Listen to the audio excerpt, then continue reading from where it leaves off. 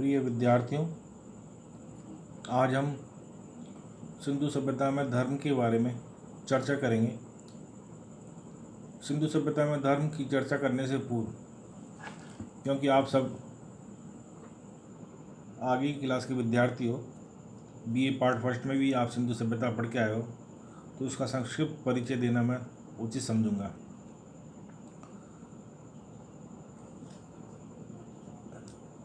लगभग एक शताब्दी पूर्व तक यह माना जाता रहा कि वैदिक सभ्यता भारत की सबसे प्राचीनतम सभ्यता है, लेकिन 1920 और 1922 में जब हड़प्पा और मोहनजोदड़ो के स्थल प्रकाश में आए तो उसके उपरांत यह तथ्य सामने आया कि भारत में वैदिक सभ्यता से पूर्व एक विकसित नगरीय सभ्यता विद्यमान थी।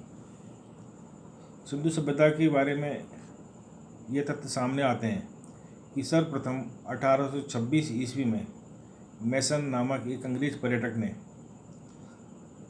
हड़प्पा के स्थलों को देखा। उसके उपरांत 1831 में कर्नल बर्नस ने भी हड़प्पा के अवशेषों को देखा। बाद में 1853 से लेकर 1857 के बीच कनिंघम महोदय ने हड़प्पा के स्थलों का निरीक्षण करना प्रारंभ किया। उसके उपरांत 1920 और 1922 में हड़प्पा और मोहनजोदड़ो में उत्खनन कार्य प्रारंभ हुआ। हड़प्पा के उत्खनन कार्य में दयाराम साहनी एवं माधोसुरु वत्स का प्रमुख हाथ रहा। मोहनजोदड़ो के उत्खनन कार्य में राखलदास बनर्जी ने विशेष भूमिका निभाई। इन दोनों स्थलों के प्रकाश में आने से यह ज्ञात हुआ कि भारत में आज से लगभग 3000 वर्ष पूर्व एक विकसित नगरीय सभ्यता विद्यमान थी। यह ताम्रयुग की सभ्यता थी। यहाँ के लोगों ने लिपि का विकास कर लिया था। ये लोग पढ़ना लिखना जानते थे। यहाँ के निवासियों का जो सामाजिक जीवन था वो उच्च कोटि का था। इस सभ्यता का जो विस्तार था, विस्तार के बारे में श्री रंगनाथ राव ने बताया कि इस सभ्यता का विस्तार पूर्व से पश्चिम 1600 किलोमीटर और उत्तर से दक्षिण 1100 किलोमीटर था। अब तक इस सभ्यता के 1400 छोटे बड़े स्थल प्रकाश में आ चुके हैं। क्योंकि इस सभ्यता के प्रारंभिक जो स्थल थे वो सिंधु नदी और उसकी घाटियों के किनारों पर पाए गए, इसलिए इसको सिंधु घाटी सभ्यता के नाम से पुकारा जाने लगा। बाद के जो स्थल थे वो सरस्वती नदी के किनारे भी प्राप्त हुए, इसलिए कभी कभी इतिहासकार इसको सिंधु सरस्वती नदी घाटी की सभ्यता के नाम से भी पुकारते हैं। क्योंकि इसके जो प्रारंभिक स्थल था हड़प्पा, तो हड़प्पा से जो उत्खनन कार्य हुआ और वहाँ से जो अवशेष प्राप्त हुए, उन अवशेषों की साम्यता आगे आने वाली जितनी भी खुदाई हुई उनकी वहाँ से प्राप्त होने पर उनमें समानता दिखाई दी। इसलिए इस सभ्यता को हम हड़प्पा सभ्यता के नाम से भी जानते हैं। इस सभ्यता का जो विस्तार था, उसके अंदर जो प्रमुख नगर प्राप्त हुए उसमें है हड़प्पा है, मोहनजोदड़ो है, रंगपुर है, लोथल है, बलूचिस्तान धोलावीरा है, चौंदड़ो है, कालीबंगा है, बनावली है। ये प्रमुख स्थल थे। इन स्थलों से कुछ विशेष चीज़ें भी हमको प्राप्त हुई, जिसका अध्ययन हम पूर्व की क्लासों में कर चुके थे।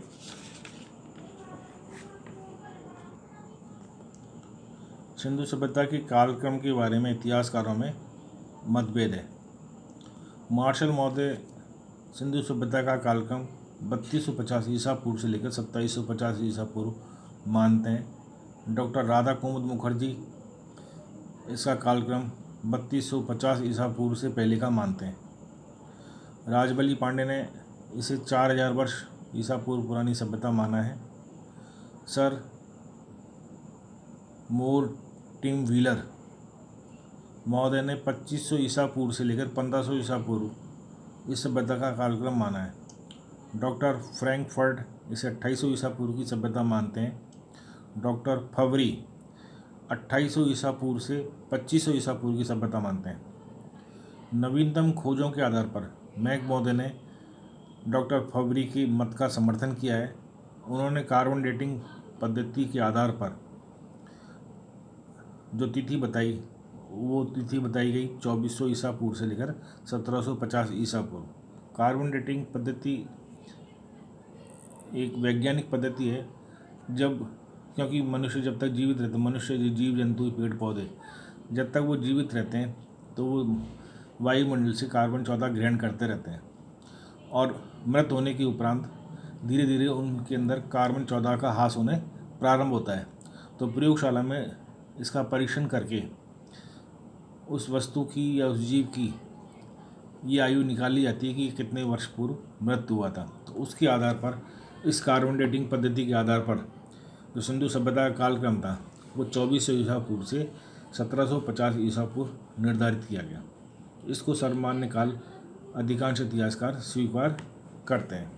इस सभ्यता के निर्माता कौन थे, इसके बारे में भी इतिहासकारों में मतभेद है, क्योंकि यहाँ पर अलग अलग प्रजातियों की अस्थि अवशेष प्राप्त हुए, लेकिन सर्वाधिक प्राप्त अस्थि अवशेषों के आधार पर प्रोटो ऑस्ट्रेलाइड द्रविड़ों को सिंधु सभ्यता का निर्माता स्वीकार किया जाता है।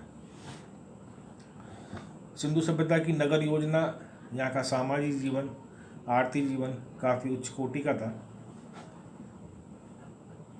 इन लोगों ने धर्म के क्षेत्र में भी नए आयामों का विकास कर लिया था। उच्च कोटि का सामाजिक जीवन व्यतीत करने वाले सिंधुवासी की धार्मिक विश्वास के बारे में निश्चित रूप से कहना संभव नहीं है, क्योंकि सिंधु सभ्यता के बारे में जितना भी हमारा ज्ञान है वो वहाँ से प्राप्त अवशेषों के आधार पर है। इसलिए प्राप्त अवशेषों के आधार पर यह तो निश्चित रूप से नहीं कहा जा सकता कि यहाँ पर कोई मंदिर के अवशेष रहे होंगे, क्योंकि इस तरह का कोई अवशेष हमको प्राप्त नहीं हुआ। लेकिन यहाँ से प्राप्त मूर्तियाँ, मुद्राओं एवं ताबीज़ों पर अंकित चित्रों के द्वारा सिंधु सभ्यता के धार्मिक विश्वासों के बारे में हमको ज्ञान की प्राप्ति होती है। यहाँ से अधिकांश संख्या में नग्न, अर्धनग्न नारी की मूर्तियाँ अधिक मात्रा में प्राप्त हुई है, जिसके आधार पर इतिहासकारों ने माना कि सिंधु सभ्यता एक मातृ प्रधान सभ्यता थी। यहाँ पर प्रधान रूप से मातृ देवी एवं परम पुरुष की उपासना होती थी। मातृ देवी और परम पुरुष की उपासना के साथ साथ यहाँ पर पशु पूजा, पक्षी पूजा, वृक्ष पूजा, प्रतीक पूजा, जल पूजा, अग्नि पूजा आदि का प्रचलन रहा। तो सर्वप्रथम हम मातृ देवी की पूजा के बारे में जानकारी देंगे। मातृ देवी की उपासना। हड़प्पा के विभिन्न स्थानों की जो उत्खनन हुआ, वहाँ से भारी संख्या में खड़ी अर्धनग्न नारी की मूर्तियाँ प्राप्त हुई। विद्वान लोग इन मूर्तियों को मातृ देवी या प्रकृति देवी की मूर्ति स्वीकार करते हैं। जॉन मार्शल महोदय ने हड़प्पा सभ्यता के देवगणों में मातृ देवी का स्थान सर्वश्रेष्ठ बताया, और उन्होंने माना कि सर्वाधिक पूजा यहाँ पर मातृ देवी की हुआ करती थी। इससे पूर्व जो प्राचीन सभ्यताएं थी उसमें भी मातृ देवी के पूजा के हमको अवशेष प्राप्त होते हैं। मातृ देवी की मूर्तियाँ प्राय नग्न एवं अर्धनग्न रूप में प्राप्त हुई। इन मूर्तियों में कमर में पटका, मेखला, गले में गुलूबंद और गले में हार, कानों में कर्णफूल, हाथों में चूड़ियाँ आदि अंकित पाई गई। कुछ मूर्तियों में जननी का रूप दिखाया गया, जिनमें शिशु को स्तनपान करते हुए प्रदर्शित किया गया है। ये मुद्रा में प्राप्त हुआ। एक नारी के गर्भ से एक वृक्ष निकलता हुआ दिखाया गया है, जिसे वनस्पति जगत की देवी स्वीकार किया गया। एक मूर्ति के शीर्ष पर एक पक्षी पंख फैलाए बैठा है। इन सब बातों से स्पष्ट होता है कि हड़प्पा सभ्यता में मातृ देवी को संपूर्ण विश्व की सृजक, पालक एवं पोषक के रूप में माना गया। पीपल की दो शाखाओं के बीच एक माता देवी की मूर्ति का चित्रण प्राप्त हुआ है। इस मूर्ति के सामने एक पुजारी बलि का बकरा लिए है।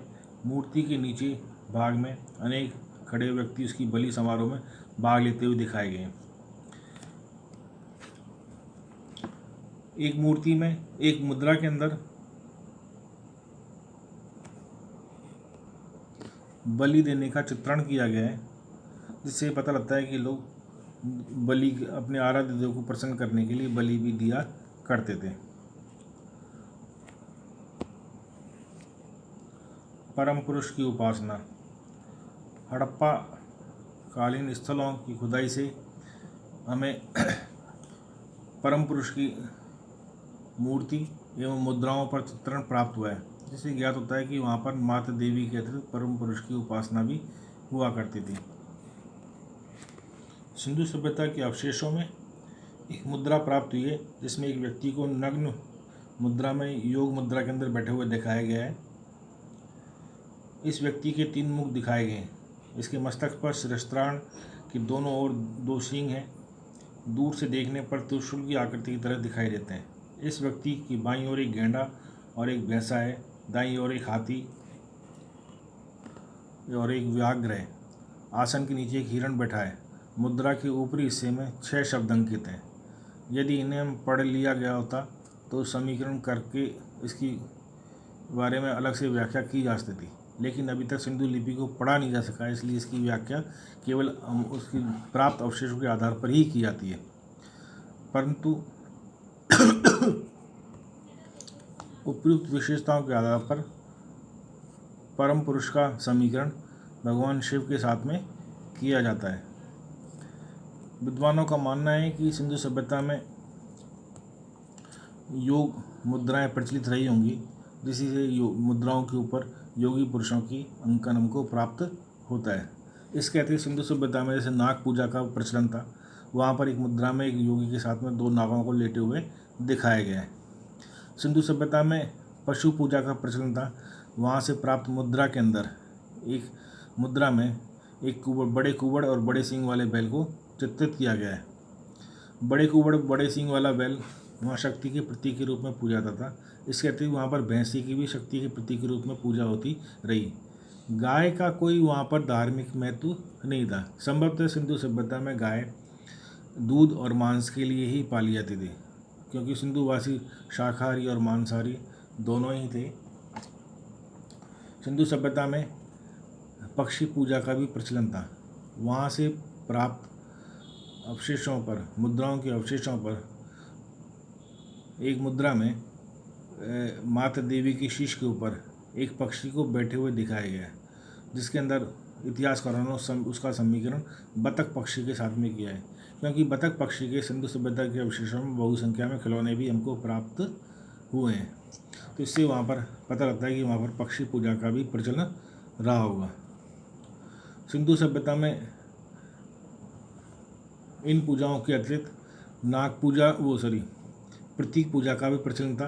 प्रतीक के अंदर स्वास्तिक का प्रतीक और स्तंभ, सींग आदि प्रतीक के रूप में पूजे जाते थे। इनका संभवतः किसी देवी देवताओं के साथ में संबंध अवश्य रहा होगा। मैक महोदय ने वहाँ से प्राप्त छल्लों को, इनको स्तंभों का आधार भी स्वीकार किया है। वो कहते हैं कि इस तरह के ये इनके आधार रहे होंगे। वहाँ पर लिंग और योनि पूजा का भी प्रचलन था। मातृशक्ति के रूप में वहाँ पर लिंग पूजा और योनि पूजा का प्रचलन था। वहाँ पर छोटे लिंगों से लेकर बड़े 4 फुट तक के लिंग वहाँ से प्राप्त हुए हैं, जिनको ये लोग जननी जगत के रूप में पूजा करते थे। इसके अतिरिक्त वहाँ पर छल्ले 2 इंच से छल्ले लेकर 4 इंच तक के बड़े छल्ले हमको प्राप्त हुए हैं।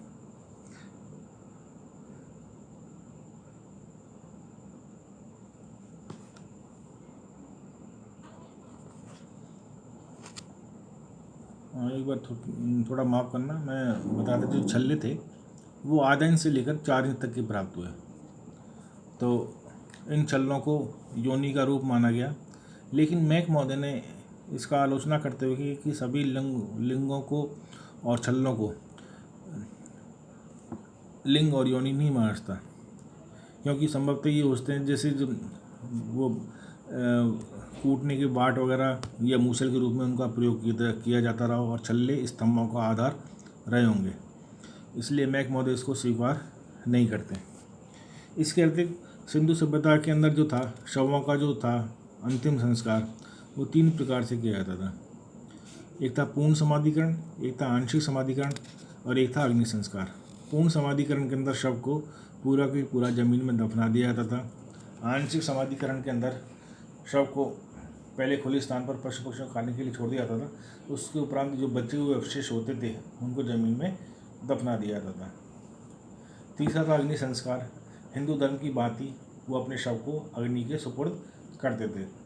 सिंधु वासियों का संभवतः पुनर्जन्म में विश्वास रहा होगा, क्योंकि सिंधु सभ्यता की जो समाधियों के अवशेष प्राप्त हुए उसमें से कुछ समाधियों के अवशेषों में वहाँ पर दैनिक उपयोग की सामग्री उन शवों की अस्थियों के साथ में रखी हुई पाई गई। तो ऐसा मिस्र की भांति संभवतः ये लोग ये मानते थे कि ये जो हमारा जो पूर्वज हैं, जो हमारे परिवार के लोग हैं, उनको आगे का जन्म उनका सबूलियत से कटे, उनका जब पुनर्जन्म हो तो उनको ये सभी सुख सुविधाएं उनको प्राप्त हों, इसलिए वो पुनर्जन्म में विश्वास रखते